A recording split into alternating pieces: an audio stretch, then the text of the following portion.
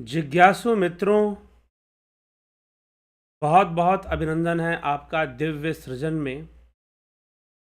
प्रत्येक दिवस की भांति आज भी हम यहाँ पर लाइव चर्चा का कार्यक्रम शुरू कर रहे हैं। ठीक। और आज का जो विषय है लाइव चर्चा का, वह है कर्म योग का रहस्य। जी हाँ,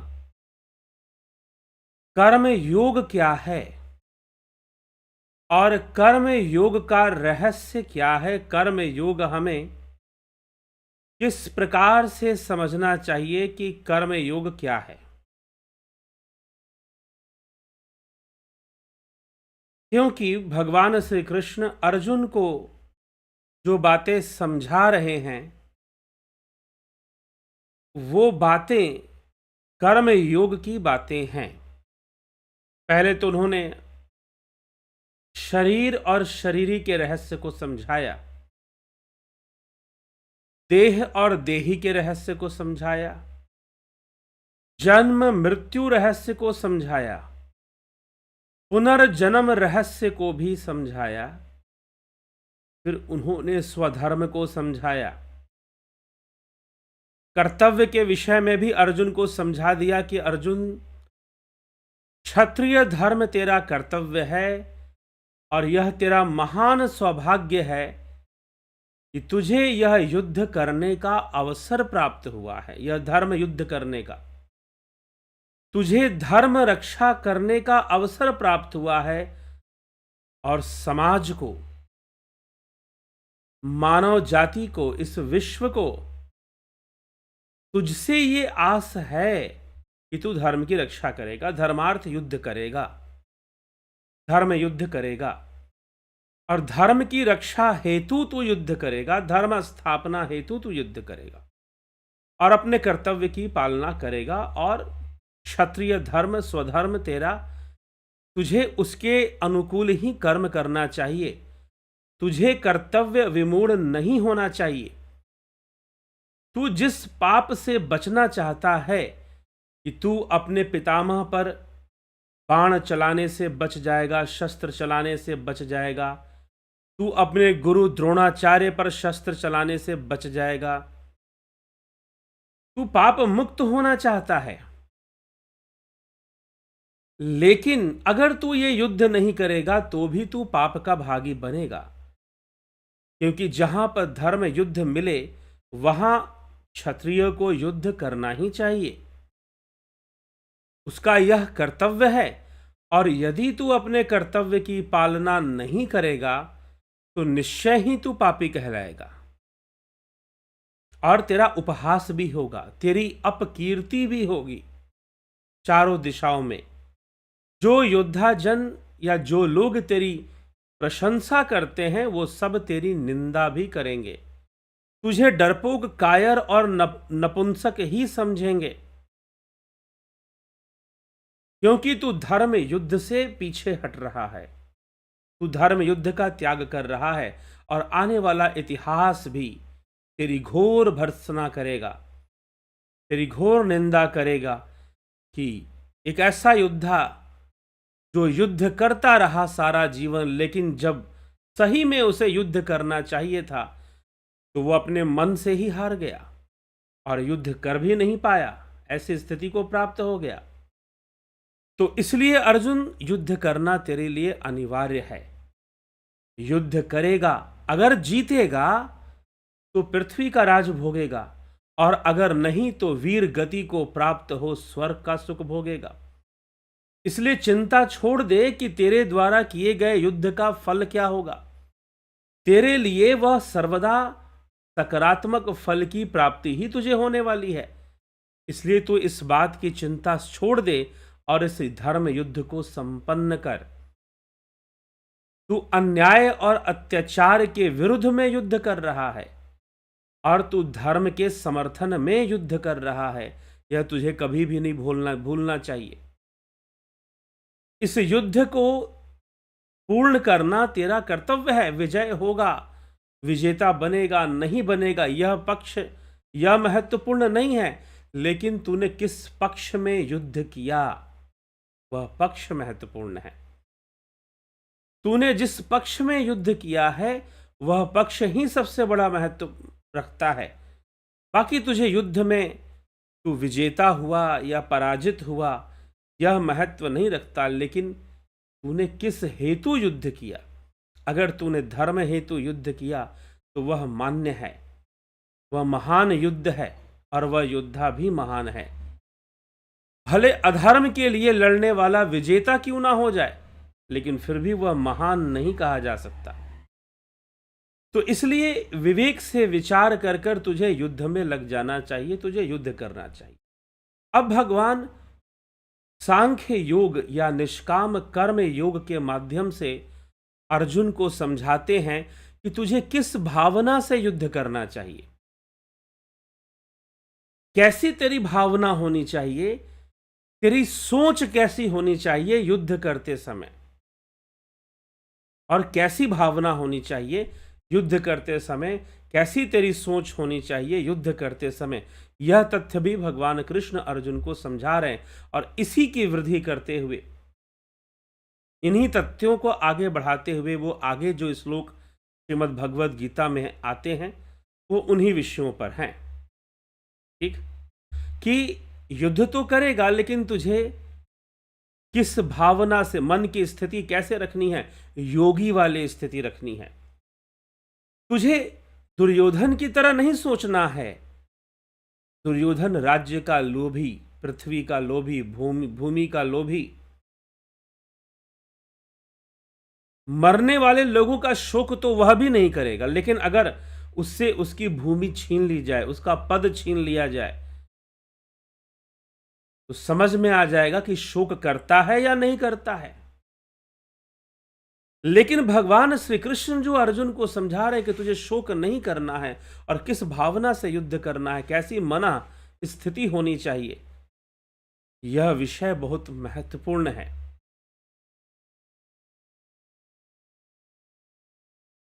ठीक, तो भगवान कृष्ण क्या अर्जुन से कहते हैं, सुख दुखे समय कृत्वा लाभा लाभौ जया जयो ततो युद्धाय युज्यस्व नैवं पापमवापस्यसि।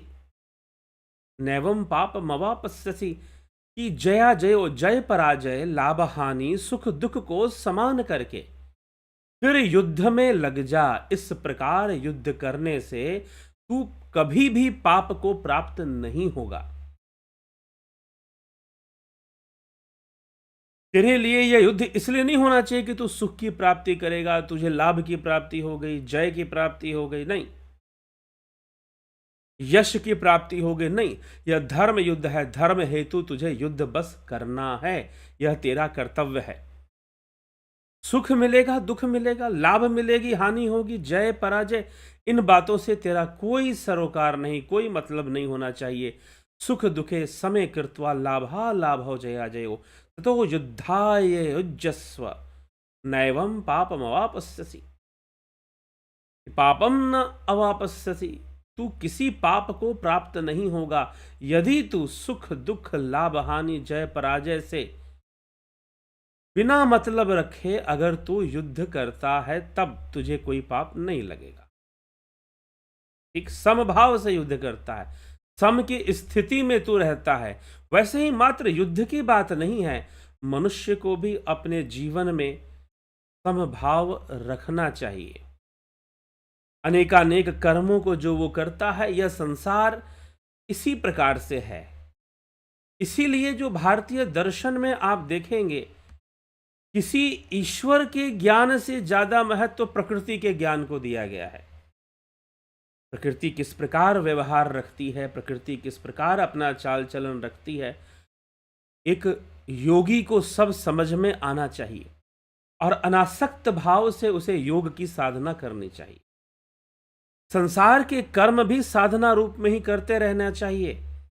संसार के कर्मों से उसे विलग होने की आवश्यकता नहीं, लेकिन सुख दुख से परे, लाभ हानि से परे, जय पराजय से परे होकर एक संतुलन बनाते हुए उसे अपने सारे कर्मों को करना चाहिए। ठीक है, तो ऐसा उपदेश, योगी होने का उपदेश, ऐसा करने से ऐसा करने से अगर तू समबुद्धि को प्राप्त करता है, युद्ध करता है, ऐसा करने से तुझे कर्म बंधन का भी दोष नहीं लगेगा। ईशा ते अभिहिता सांख्ये बुद्धिर योगे त्विमाम शृणु। हे पार्थ सुनो, पार्थ ईशा बुद्धि ते सांख्ये अभिहिता तु इमाम योगे शृणु। यया बुद्धया युक्तः कर्म बंधम प्रहास्यसि। ठीक ना, प्रहास कर्म बंधम प्रहास्यसि। कि हे पार्थ, यह समबुद्धि तेरे लिए सांख्य योग में कही गई है, और अब तू इसको कर्म योग के विषय में सुन। जिस समबुद्धि से युक्त हुआ कर्म बंधन का त्याग कर देता है। सांख्य योग, सांख्य दर्शन नहीं, सांख्य योग मतलब अष्टांग योग ही सांख्य योग है। तो सांख्य योग में समबुद्धि प्राप्त हो जाती है। जब विवेक ख्याति होती है, पुरुष और प्रकृति का जब सही सही ज्ञान हो जाता है, तो योगी को समबुद्धि प्राप्त होती है। यह वर्णन योग शास्त्र में या फिर सांख्य शास्त्र में भी प्राप्त होता है। तो योगी को समबुद्धि प्राप्त हो जाती है जब वो ऐसी साधना करता है। तो समबुद्धि प्राप्त होने से हे पार्थ, यह समबुद्धि तेरे लिए सांख्य योग में कही गई है, और अब तू इसको कर्म योग के विषय में समझ। इसी बात को तू कर्म योग के विषय में समझ कि तुझे कर्म बंधन नहीं होगा। कैसे नहीं होगा? जब तू अनासक्त भावना से कर्म करेगा तो तुझे कोई कर्म बंधन नहीं होने वाला। तू युद्ध कर, इसलिए नहीं कि तुझे किसी को मारना है या फिर तुझे पृथ्वी का राज्य हड़पना है या स्वर्ग का सुख भोगना है। नहीं, वीर गति को प्राप्त होगा तो स्वर्ग का सुख मिलेगा, या फिर इस युद्ध को जीतेगा तो पृथ्वी का राज भोगेगा। इन दोनों ही बातों में तेरी आसक्ति नहीं होनी चाहिए।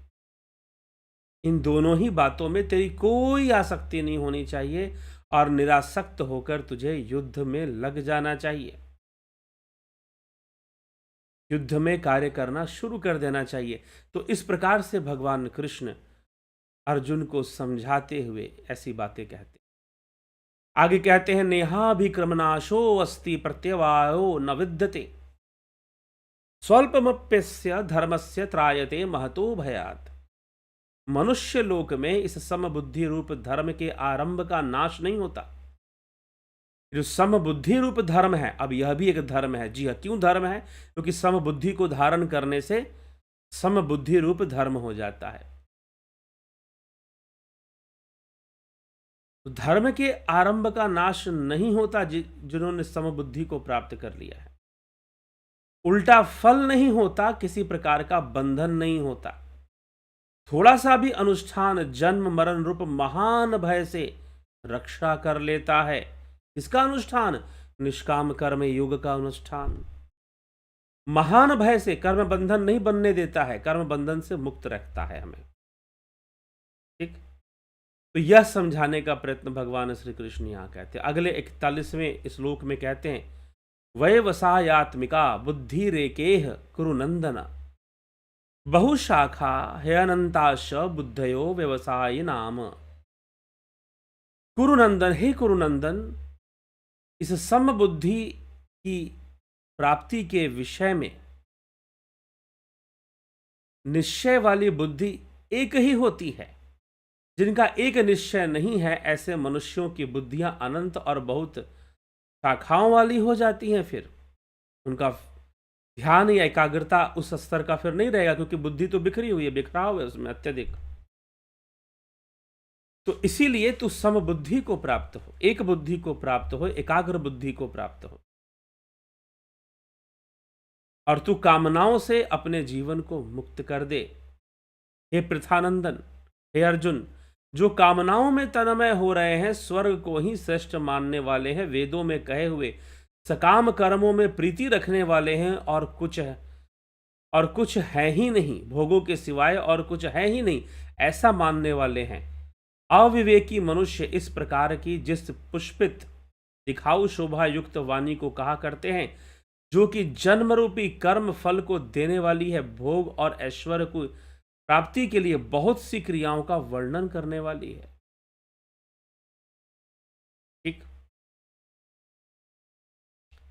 तो इस प्रकार से कहा गया कि स्वर्ग को ही श्रेष्ठ नहीं मानना चाहिए, वेदों में वर्णित जो आत्मज्ञान का विषय है उसको भी समझना चाहिए।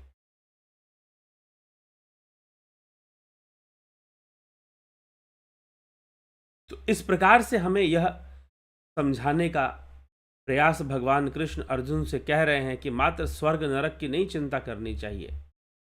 ठीक। तया अपहृत चेत साम भोगैश्वर्य प्रसक्तानाम समाधौ व्यवसायत्मिका बुद्धि न विधीयते।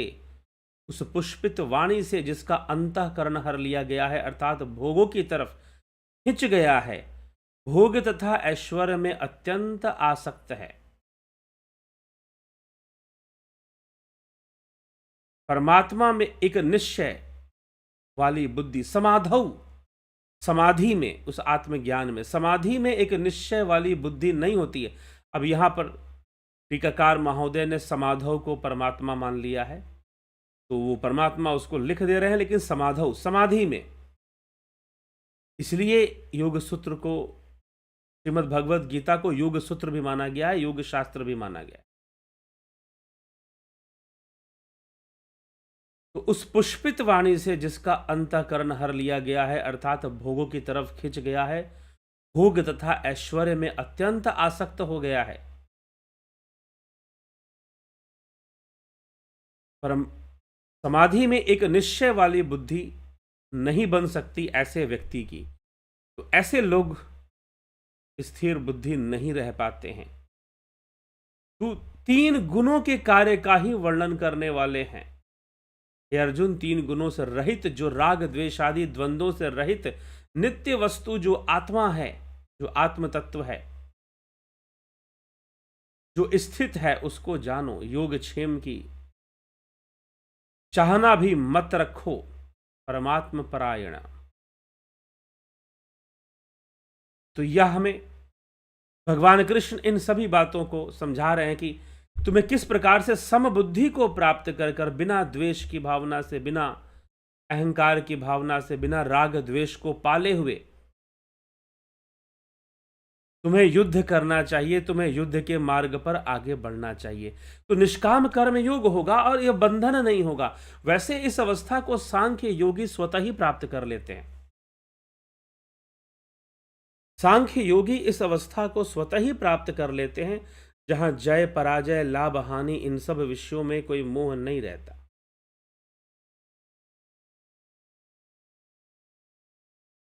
तो बिना मोह किए वह इन सब विषयों को समझने का प्रयास करते हैं।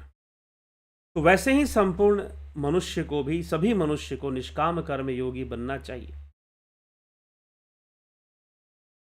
और अपने कर्तव्य की पालना, अगर उसका कर्तव्य युद्ध करना है तो अपने कर्तव्य की पालना ही उस काल में करना चाहिए। तो यह विचारणीय तथ्य है, यह समझने योग्य तथ्य है। तो निश्चय ही विचार भी होना चाहिए। अगर व्यक्ति के ऐसे निष्काम कर्म हो जाए तो वैसे ही बहुत सारी जीवन की समस्याएं समाप्त हो जाएंगी। तो आइए चलिए चलते हैं। लेकिन स्वाभाविक रूप से जो निष्कामता प्राप्त होती है कर्मों में, वो कैसे होती है? तो वो ध्यान योग से होती है या सांख्य योग से होती है। तो ध्यान योग के ऊपर ही यह कोर्स 20 दिसंबर से शुरू हो रहा है। आप इसका लाभ उठाएं। शरीर को स्वस्थ रखने के लिए, इम्यूनिटी पावर को स्ट्रांग रखने के लिए आप प्राकृतिक चिकित्सा का भी कोर्स ज्वाइन कर सकते हैं। प्राकृतिक चिकित्सा से भी आप जुड़ सकते हैं।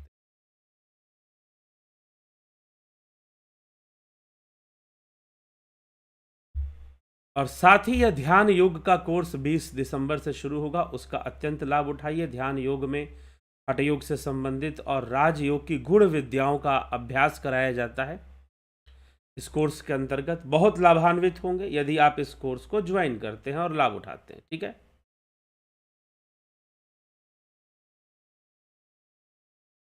तो चलिए आगे बढ़ते हैं और देखते हैं कि कौन क्या समझ रखता है, क्या कहता है, क्या टिप्पणी है।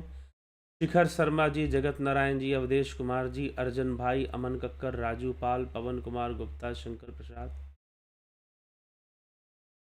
सोमनाथ शिंदे, नूतन भट्ट जी, नवी सविता नायक, रूपलाल विश्वकर्मा, अवनी प्रधान जी, सुप्रीत जी, कमलेश खैरमर, शांत जी, विनोद के सूद, राम निवास मीना, राम विलास, माधुरी कोल्हे जी, रचित रंजन बरुआ, ओमराज हेम्ब्रोम, घनश्याम सरोदे, पारजी जी, कुंवर जी, जयंती भाई पटेल, रतन सिंह जी, सतीश कुमार जी, दिनेश भाई डाभी, बिमला शाह, संतोष कुमार जी, विष्णु चंद्र मौर्य, कुंभाराम जी, धनराज सिंह राजपूत, बीको कुचाड़िया जी, बंधु डाव, सीताराम माली, जलाराम रायका, विनोद कुमार शर्मा, लोकनाथ सरकार,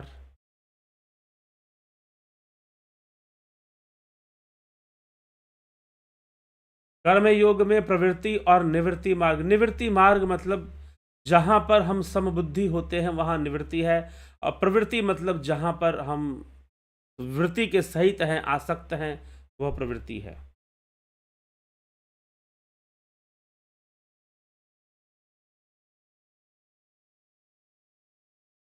तो यह निवृत्ति प्रवृत्ति मार्ग का रहस्य है। प्रथमेश जी, राकेश गुप्ता जी, मनीष जाधव जी, गंभीर शाह जी, तो सभी लोगों का बहुत बहुत अभिनंदन है। यह निष्काम कर्म योग का जो विषय है इसे हम समझें और समझकर खुद अपने जीवन में हम कर्म योग में जहां तक ला सकते हैं। लेकिन एक बात सत्य है कि भगवान ने कहा कि सांख्य योगियों के द्वारा यह निष्काम कर्म योग किया जाता है। तो यह जो निष्काम कर्म योग है यह सांख्य योगियों के द्वारा क्यों? क्योंकि सांख्य योगी स्वतः ही अपना ध्यान योग का अभ्यास करते हुए सम की अवस्था में चले जाते, सम की अवस्था में प्राप्त हो जाते। क्योंकि सम जब बुद्धि जब सम होगी, जय पराजय के प्रति, लाभ हानि के प्रति, मान अपमान के प्रति जब बुद्धि सम होगी, और बहुत सारे द्वंद्व हमारे सामने आ सकते हैं, अनेक रूप में दुख कष्ट क्लेश आ सकते हैं हमारे कर्मों के कारण, लेकिन हमें विचार करना है इस विषय पर कि हम आसक्त ना हो, हम अनासक्त रहें। चीजें अपने समय से आएंगे लेकिन हम अनासक्त रहें।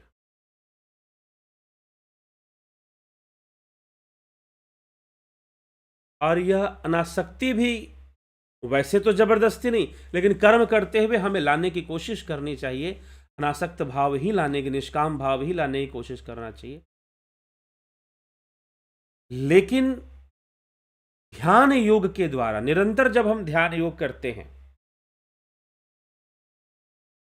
निरंतर जब हम ध्यान योग करते हैं, जब ध्यान योग किया जाता है तो ध्यान योग के द्वारा स्वतः ही योगी समबुद्धि अवस्था को प्राप्त हो जाता है।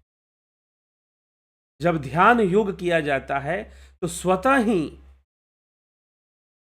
क्या है, स्वतः ही समबुद्धि अवस्था को प्राप्त हो जाता है, और समबुद्धि को प्राप्त कर कर फिर उसे कोई दिक्कत नहीं है। वह निष्काम कर्म योग को भी स्वतः ही प्राप्त हो जाएगा। तो निष्काम कर्म योग समबुद्धि अवस्था में होता है, और समबुद्धि के लिए अर्जुन के पास समय नहीं है कि वो ध्यान योग का लाभ उठाए, लेकिन भगवान कृष्ण उसे समझा रहे हैं कि तू ऐसी ही बुद्धि रखते हुए, ऐसे ही बुद्धि का अभ्यास करते हुए तो युद्ध कर। सुख दुखे समय कृत्वा लाभा लाभो जया जो, सुख दुख लाभ हानि जय पराजय में समबुद्धि रख और तू युद्ध कर, युद्ध को पूर्ण कर अपने जीवन में। तो युद्ध को पूर्ण करने की बात कही जा रही है, युद्ध को पूर्ण करने की बात समझाई जाए, लेकिन किस भावना से? निष्काम योग की भावना से, निष्काम कर्म की भावना से, समबुद्धि होकर, समता को धारण कर कर फिर अपने सारे कर्तव्यों को निभा, जो अनिवार्य हैं, जो धर्मयुक्त हैं, जो जरूरी हैं। स्वार्थपरक मत बन, लेकिन अपने कर्तव्य को अवश्य निभाना पड़ेगा। तो इसका भी भगवान उपदेश दे रहे हैं। तो यह समबुद्धि लाने के लिए अनिवार्य हो जाता है ध्यान योग का अभ्यास। वास्तव में देखिए, जो जो श्रीमद् भगवद गीता है वह आपको एक व्यवहारिक ज्ञान दे रही है कि आपको जीवन कैसे जीना है, कर्म कैसे करना है, कैसी भावना रखनी है जीवन में। शुरू से लीजिए, भगवान ने कहा कि देखो तुम द्वंद्वों को सहन करो, सुख दुख तो आएगा। वैसे ही आपको ना वेस्टर्न फिलॉसफी में एक फिलॉसफी थी स्टोइसिज्म, स्टोइक फिलॉसफर, जिसको रोमन एम्पेरर्स ने काफी फॉलो किया था। कुछ रोमन एम्पेरर ने, सारे नहीं, कुछ ने किया था। स्टोइक जो सेज हुआ करते थे उनका यही मानना था, साधुओं का, कि हमें प्रकृति को समझना चाहिए, हमें प्रकृति से भागना नहीं चाहिए, और प्रकृति जैसी है हमें उसे वैसे स्वीकार करना चाहिए, जैसी है वैसे हमें एक्सेप्ट करना चाहिए नेचर को। तो अगर दुख देती है तो दुखों को एक्सेप्ट करो, सुख देती है तो सुखों को भी एक्सेप्ट करो, लेकिन तुम समभाव से सब कुछ, एक समभाव वाली बात या समबुद्धि वाली बात स्टोइक फिलॉसफी में नहीं है। लेकिन वो कहते हैं कि आप प्रकृति को से आप झगड़िए मत, आप सर्वदा सुखी बनने की कोशिश मत कीजिए, आप स्वीकार कीजिए। यही उपदेश भगवान श्री कृष्ण अर्जुन को कह रहे हैं कि तू राग द्वेष आदि जो आती हैं चीजें, इनको तू सहन कर, दूसरा कोई उपाय नहीं है तेरे पास, और तू युद्ध कर, क्योंकि शरीर मरता है, शरीर ही कभी नहीं मरते हैं, इसलिए तू शोक भी मत कर। और ज्ञानी जन कभी इन विषयों पर शोक नहीं करते हैं। असोच्यान अनवसोचस्तुम प्रज्ञावादांश भाससे गतासून गतासूनश्च न अनुशोचंति पंडिता। कि पंडित जन इस विषय में शोक नहीं करते हैं, तुझे भी शोक नहीं करना चाहिए। शोक ना करने का उपदेश भगवान दे रहे हैं, और कई तरीके से दे रहे हैं। फिर अंत में उसका कर्तव्य भी समझा रहे हैं कि तुझे एक कर्तव्य भी है तेरा, तो क्षत्रिय धर्म है तेरा, तो तेरा कर्तव्य भी है, तो तू युद्ध भी तो करेगा ना, अपना कर्तव्य की पालना भी करेगा। कर्तव्य की पालना, लेकिन कर्तव्य भाव से कर, आसक्त भाव से मत कर। क्योंकि देखो, इस संसार में मान अपमान यश अपयश ये तो आएगा ही आएगा, सबके लिए आएगा। मनुष्य अपने कर्म से सही रहे, ये नहीं कि अपने आप को बहुत बड़ा अहिंसक कहलाने के चक्कर में, अवार्ड लेने के चक्कर में हम गलत रास्ते पर चल पड़े, गलत मार्ग हम अपना ले, यह उचित नहीं होता है। हम समाज के बारे में सोचना बंद कर दे। अर्जुन की यही तो भावना है ना, उसे समाज की चिंता नहीं है, उसे धर्म की चिंता नहीं है, उसे अपनी चिंता है कि भाई मुझे पाप लगेगा यदि मैं गुरुजनों पर शस्त्र प्रयोग करूंगा, पितामह पर शस्त्र प्रयोग करूंगा, मुझे दोष ही तो लगेगा, मुझे पाप ही तो लगेगा, और युद्ध के प्रारंभ में मुझे पहले इनका ही सामना करना पड़ेगा, क्योंकि भीष्म पितामह ही सेनापति हैं कौरवों के। वो अपने पाप पुण्य के बारे में सोच रहा है, समाज के पाप पुण्य के बारे में नहीं सोच रहा है, समाज की रक्षा और धर्म की रक्षा के बारे में नहीं विचार कर रहा है। भगवान उसे समझाते हैं कि तेरा कर्तव्य है एक क्षत्रिय का, जिसका कर्तव्य है धर्म को छत्र प्रदान करना, समाज को छत्र प्रदान करना। छत्र प्रदान करने का अर्थ सुरक्षा प्रदान करना। उस कर्तव्य से तू विमूढ़ हो रहा है, वह भी उचित नहीं है। और फिर कहते हैं कि तुझे कर्तव्य की पालना तो करनी है, कर्म तो संसार में करना है, लेकिन समभाव से करो और करते जाओ। कर्म पर ध्यान दो, व्यर्थ की बातों पर मत ध्यान दो, कर्म के ऊपर ध्यान दो। अपने कर्म को बेहतर ढंग से करो। अब इस विचारधारा पर जब कृष्ण आते हैं तो ये मीमांसा की विचारधारा बन जाती है। मीमांसा में कर्म ही सर्वोपरि है और कर्मों की ही सत्ता है। तुम्हारे जीवन में जो कुछ भी आता है, लाभ हानि, जय पराजय, सुख दुख, जो भी आ रहा है सब तुम्हारे कर्मों का ही तो फल है। लेकिन फल तुम्हारे हाथ में नहीं है, तुम्हारे हाथ में कर्म है। फल तुम्हारे हाथ में नहीं है, तुम्हारे हाथ में सिर्फ कर्म है। इसलिए तुम कर्म करो और कर्मों कर्म से ही तुम क्या बनाओगे, जो बनाओगे वही तो तुमको मिलेगा अपने कर्मों से जो तुम बनाओगे। तो भगवान कृष्ण अर्जुन को यही समझा रहे हैं कि तू निष्काम कर्म योग में लग जा, यह मोक्ष कारक है, यह कर्म बंधन से मुक्ति दिलाने वाला है। यही मीमांसा का, यह मीमांसा शास्त्र की विचारधारा। कर्म से मोक्ष, जी हां, कर्म से बंधन नहीं, कर्म से मोक्ष। यह विचारधारा 6 शास्त्रों में मीमांसा शास्त्र की विचारधारा है कि कर्म से ही तुम्हें मुक्ति हो जाएगी।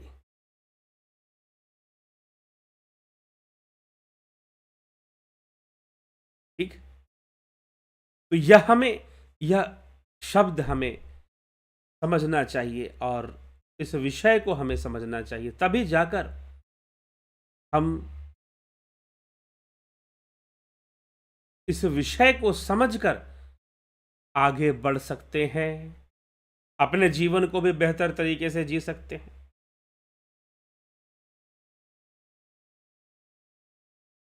तो इसीलिए भगवान कहते हैं कि तू आत्मज्ञान की ओर, मोक्ष की ओर प्राप्त हो जा, और मोक्ष की ओर प्राप्त होकर, मोक्ष की ओर आगे बढ़कर तू अपने जीवन का कल्याण कर। ठीक,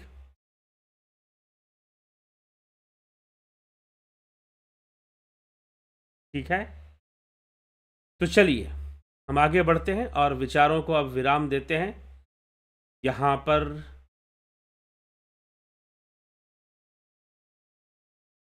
पर योगक्षेम को चाहने वाला हो, इसका अर्थ योगक्षेम को ना चाहने वाला हो। जी हां, योगक्षेम को ना चाहने वाला हो मतलब अपने पुण्य का फल, पुण्य के जो योग बनते हैं। यहां पर जो विषय लिया गया है, पहले किसका विषय लिया गया? 3 गुणों का विषय लिया गया, वेदों का विषय लिया गया। त्रैगुण्य विषया वेदा निस्त्रैगुण्यो भवार्जुन। वेद 3 गुणों के कार्य का ही वर्णन करने वाले हैं। हे अर्जुन, 3 गुणों से रहित हो जा, राग द्वेष आदि द्वंद्वों से रहित हो जा, नित्य वस्तु में स्थित हो जा, मतलब आत्मा में स्थित हो जा, समाधि में स्थित हो जा। निर्योग क्षेम की, जो योग क्षेम है उसकी भी चाहना मत रख।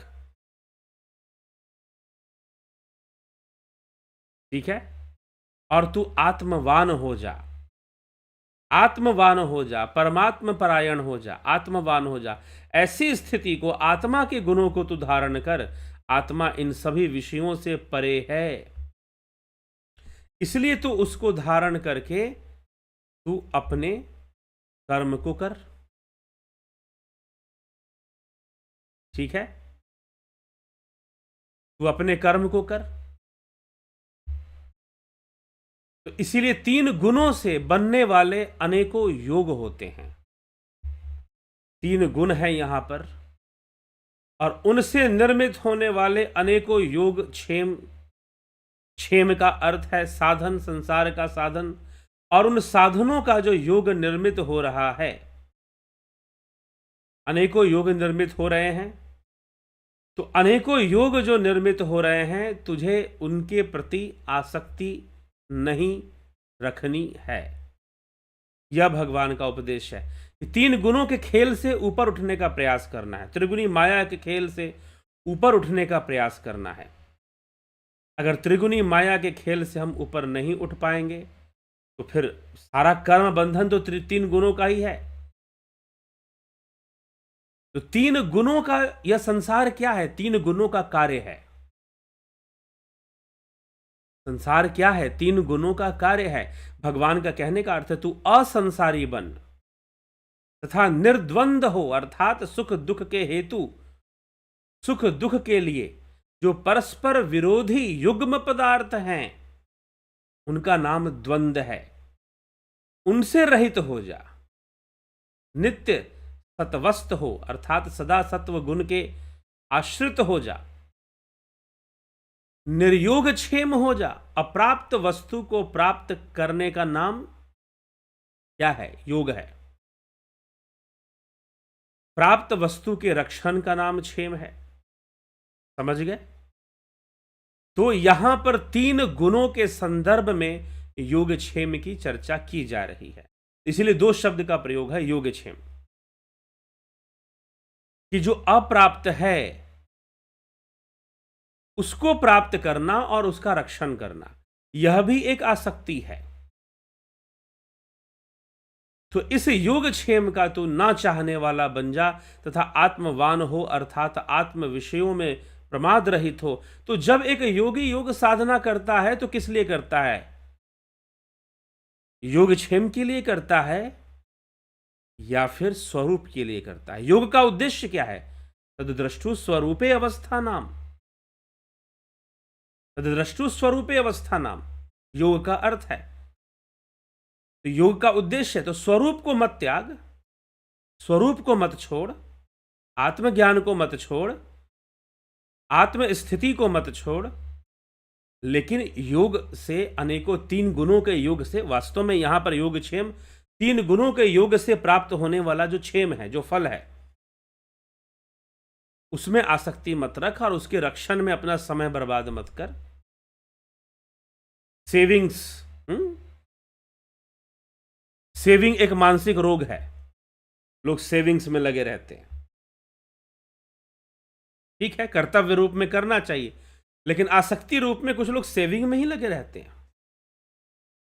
कई तो ऐसे लोग भी मैंने देखे कि वो इतना सेविंग करते हैं कि खुद ना अच्छे से खाते हैं ना अच्छे से रहते हैं, सिर्फ सेविंग ही करते रहते हैं।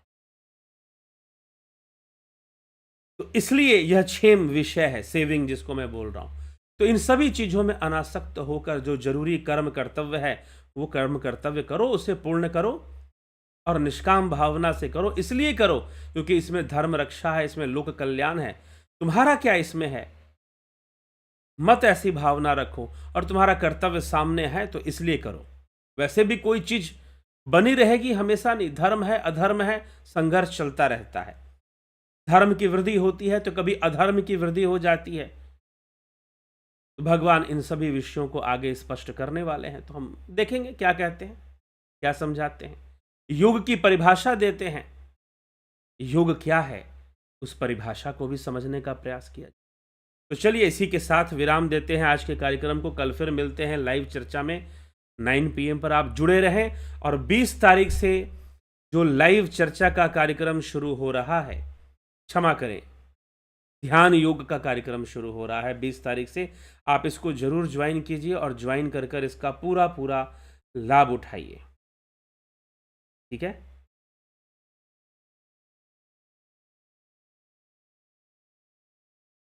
पूरा पूरा आप इसको लाभ उठाइए और लाभ उठाकर ध्यान योग को सीखिए, तभी समबुद्धि प्राप्त हो सकती है। ध्यान योग हमें, यह सांख्य योग ही है जो ध्यान योग का कोर्स चलता है। आप इसे अष्टांग योग पर ही आधारित है, ध्यान योग पर ही आधारित है, परंपरा पे आधारित है, शास्त्र परंपरा पे आधारित है। तो जरूर आप इस ध्यान योग को सीख कर लाभान्वित हो। देखिए, हम जो है ना, हमें मोक्ष मिल जाएगा, ईश्वर की प्राप्ति हो जाएगी, परमात्मा मिल जाएंगे, योग का बहुत ऐसा कोई विषय नहीं है। सर्वप्रथम हमें एक अच्छा जीवन जीने आ जाए।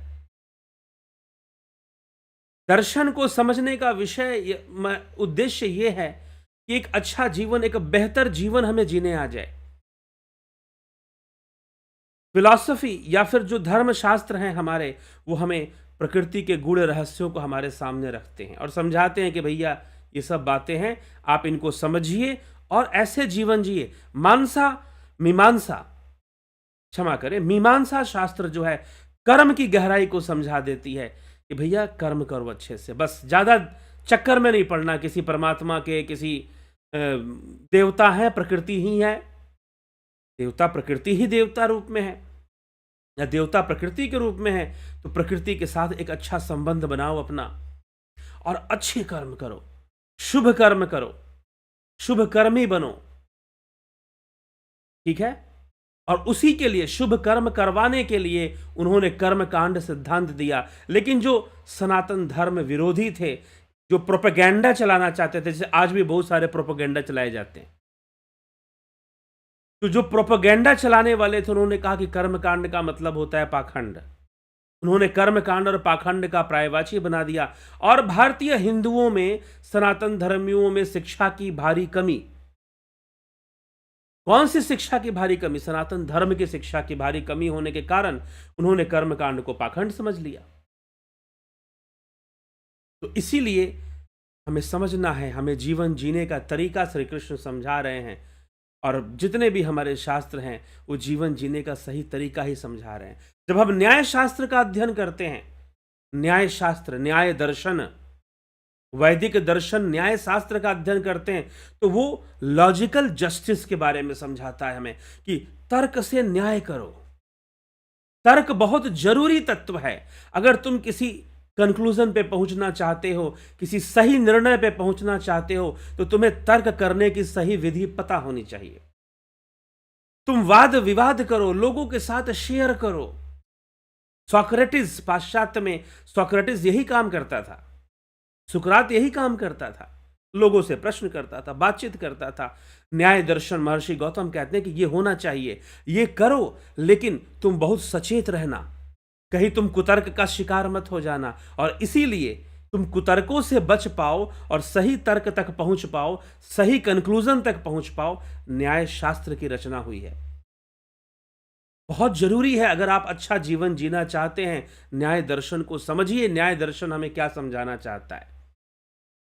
इसी तरह से वैशेषिक है, वेदांत है, योग है। योग तो है ही कि स्वयं को जानो, स्वरूप का साक्षात्कार करो, अपने भीतर मन, बुद्धि, चित्त, इंद्रियां, इन सब का ज्ञान प्राप्त करो। क्या है ये चीजें, कैसे काम कर रही हैं? अपनी चित्त वृत्तियों को अपने नियंत्रण में ले आओ, सम अवस्था में जाओ, सम बुद्धि को प्राप्त हो जाओ, विवेक ख्याति को प्राप्त हो जाओ, फिर देखो तुम कितना बेहतर जीवन जी पाओगे। तो वास्तव में हम बेहतर जीवन जी सके, इसी उद्देश्य से सारी बातें बताई जा रही हैं, हमें उस पर ध्यान देना चाहिए। फिलॉसफी का भी कोर्स चल रहा है इस महीने। अवश्य यह उद्देश्य होगा कि फिलॉसफी के कोर्स को शुरू किया जाए। कुछ लोग ज्वाइन किए हैं, लाभ उठा रहे हैं, अभी कोर्स चल रहा है, समाप्त नहीं हुआ है। लेकिन दूसरे लोग भी इसको ज्वाइन करके लाभ उठाएं, उसके लिए भी कोर्सेज शुरू कर दी जाएंगी।